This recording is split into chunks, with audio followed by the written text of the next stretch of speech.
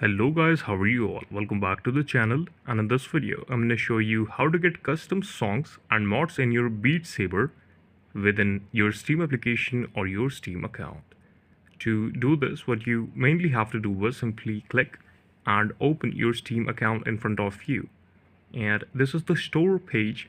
What you have to do is simply select the search bar on the right top of the screen, and then you have to type the name of the application, that is Beat Saber. Simply click on this application, and then here you will see a whole layout of this application, all the details, and buy Beat Saber is an option to buy it.